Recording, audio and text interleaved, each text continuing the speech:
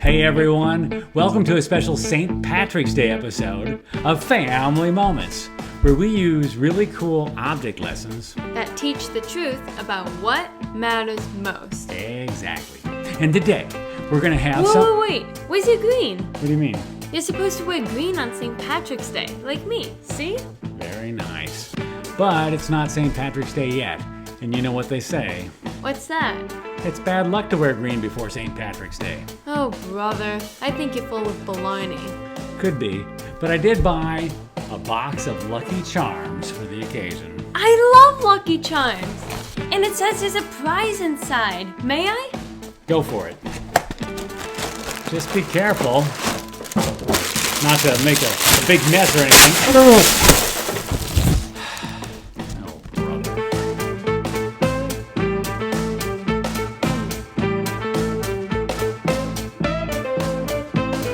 Hey kids, Pastor Robbie here, along with my lovely assistant, Sadie. Hello. And today's special guests, Olivia, Ainsley, and Andy. Hello! And today, we're going to have some fun learning about envy. Envy? What does that have to do with St. Patrick's Day? Well, nothing really. But it does have something to do with the color green. Really? Yeah, first off, do you even know what the word envy means? I think it's when we want something that someone else has. That's pretty much it. So, if someone gets an A on a test, I shouldn't want to get an A too? Well, no, it's more like when somebody gets a new cell phone or a new bicycle, and you can't stop thinking about how you wish you had it instead of them. You become what they call green with envy. I've heard of that expression before. I'm guessing that's bad, right? Well, let's take a look at today's verse and find out. It comes from Proverbs 14:30, where it says, "A heart at peace gives life to the body, but envy rots the bones." Envy rots the bones. Just because I want something that someone else has? That's what envy can do. You don't just want what they have, you're frustrated that you can't have it. You want it so badly that you might even say or do things that aren't very nice. Envy can make you fearful, jealous, or even sick to your stomach. Aha! That's why they say green with envy. It could be. Let me demonstrate this for you with a little object lesson I like to call slime time. And all we're going to need is some white glue, a bowl, some warm water, some borax, a spatula, some green food coloring, some shaving cream, some foam hand soap, and my assistants, Olivia, Ainsley, and Andy. What we're going to do is start by adding 1/2 teaspoon of borax to 1 cup of warm water and stir it up. Then we'll pour some white glue in this big bowl like this. Wow, that's a lot of glue. Yeah, we'll pretend that this glue is you, Ainsley, in your own little world just loving life. We're using white glue because you're trying to live a pure life following God. So let's keep life moving along with our spatula. Andy, can you stir this? Sure. But all of a sudden, Olivia walks by in her new leather jacket that she just got for her birthday. And Ainsley, you like it, and you're happy for her. But deep down, you wish you had one too, especially when she says things like, It's made out of real leather. It's the most amazing jacket I've ever had. And the more Olivia talks about it, the more Ainsley wishes Olivia didn't have it.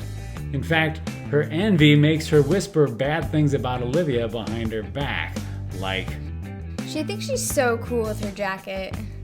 So we'll add a drop of food coloring. Keep stirring, Andy. Oh man, she's turning green. And then Ainsley hopes that Olivia accidentally rips her jacket or that it gets stolen. Well, that's not very nice. No, it's not. Keep stirring, Andy. It's not bad to want a jacket like Olivia's, but if you want it so desperately that you start thinking or behaving badly, that's not good. Let's add a little borax. Keep stirring, Andy. And now, instead of living this pure life, you become this green blob. And now we'll take this out of the bowl and start kneading it like bread dough. And now you've gone from trying to live this pure life to having a life that's kind of slimy. Hey, we just made slime. Yeah, not a good way to live. Looks like fun, but it's a far cry from the clean life. Wow, it's amazing what a few little green drops can do. So, what's the solution to envy? Well, when you feel like envy might be taking over your life, the simplest solution is to start by counting your blessings. Count my blessings. Yeah, start by being thankful for all the things you do have instead of being so upset about the things you don't have. That must be what our verse is talking about when it says, a heart at peace gives life to the body. Exactly. Living a life of peace is a beautiful thing. So, Sadie, what did you learn today? I learned that when someone has something we like or want, it's okay to be happy for them. But we should be careful not to be envious, or it will rot the bones, or it will make us slimy green with envy. Exactly. And the best way to prevent envy is to count our blessings and be thankful for the things we do have, instead of getting upset about what we don't have. Very good. Now, one of the things I was confused about was the slime. I thought slime was supposed to be fun, not messy. Well, have you ever stretched slime out really far? No. Well, I've got an idea. Why don't we bring the kids back in? Come on in, guys. And see if we can have you and Olivia grab one end of the slime, and then Ainsley and Andy grab the other end of the slime, and see how far you can stretch it on the count of 3. Are you guys up for that? Yeah! Here we go. 1, 2, 3. Grab the slime and start stretching. Good You job. mean like this? Yeah, like that. What the? Yeah, like that. Look on the bright side, Dad. At least you're wearing green now. Good. Good point. We'll see you around.